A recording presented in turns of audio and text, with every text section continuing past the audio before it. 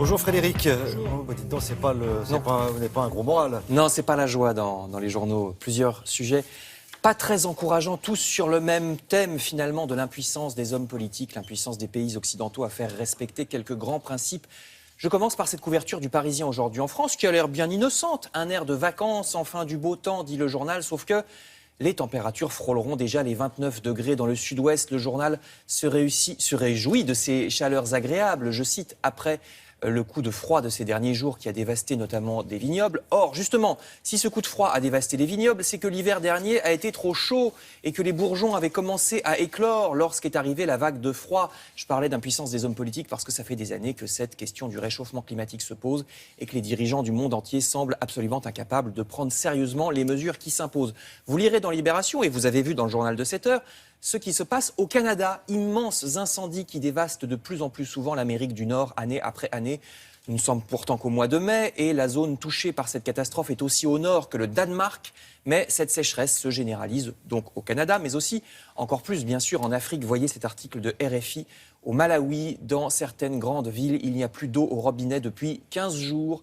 90% des récoltes sont perdues dans cette zone de l'Afrique. L'Afrique du Sud, qui normalement exporte des céréales, va être obligée d'en importer cette année. Le journal belge La Libre Belgique nous apprend qu'au Zimbabwe, les animaux sauvages vont mourir. Les zèbres ou les girafes n'ont plus rien à boire en raison de cette sécheresse et de ce réchauffement climatique. Alors je passe à un autre réchauffement, celui des relations entre l'Europe et la Turquie. Réchauffement qui ne plaît pas à tout le monde. Voyez le Figaro, par exemple. L'Europe cède à la Turquie en matière de visa. Le président turc Erdogan a réussi son chantage, écrit le Figaro. Il menaçait de ne pas coopérer, vous savez, avec l'Europe dans la crise des réfugiés si l'Europe, en échange, ne facilitait pas les visas pour les Turcs. C'est une fuite en avant, estime le Figaro. L'Europe a cédé. Elle a même donné un brevet de démocratie au président Erdogan, considérant, je cite, que la Turquie remplirait la plupart des critères démocratiques. C'est ce qu'a dit l'Europe, alors même que l'Europe disait le contraire il y a quelques semaines, remarque le Figaro.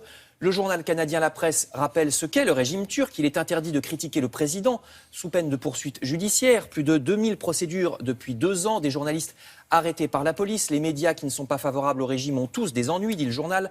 Le site internet de Reporters sans frontières publie d'ailleurs cette affiche, regardez-la, rappelant les abus de pouvoir du président turc. Plus de 100 journalistes interpellés, dit l'affiche. Un président avec lequel l'Europe entretient donc les meilleures relations. Je termine avec un dernier point plus subtil, où là aussi les politiques semblent avoir renoncé. Ça n'a l'air de rien comme ça. Ça peut même paraître un progrès au premier abord. Il s'agit de désengorger la justice en ne passant plus devant un juge pour certains divorces. Vous avez entendu parler de cette histoire. Les divorces par consentement mutuel pourraient être réglés par un simple accord devant notaire, nous dit Libération, projet du ministre de la Justice pour alléger le travail des juges qui, vous le savez, croulent en France sous les dossiers et disposent de très peu de moyens financiers. Mais est-ce une bonne idée? Si on se passe d'un juge, c'est la loi du plus fort. Le plus malin des 2 époux s'en tirera mieux que l'autre devant un notaire, alors que le juge, précisément, est là pour la justice, comme son nom l'indique, et pour protéger l'époux le plus faible qui risquerait de se faire avoir en comprenant mal ce qu'implique l'accord devant notaire. C'est un désengagement croissant de l'État au détriment des plus faibles, dénonce une avocate dans cet article que vous pourrez lire dans le Figaro. Merci beaucoup Frédéric, on se retrouvera tout à l'heure pour la revue de presse culturelle. Là on va s'intéresser maintenant avec...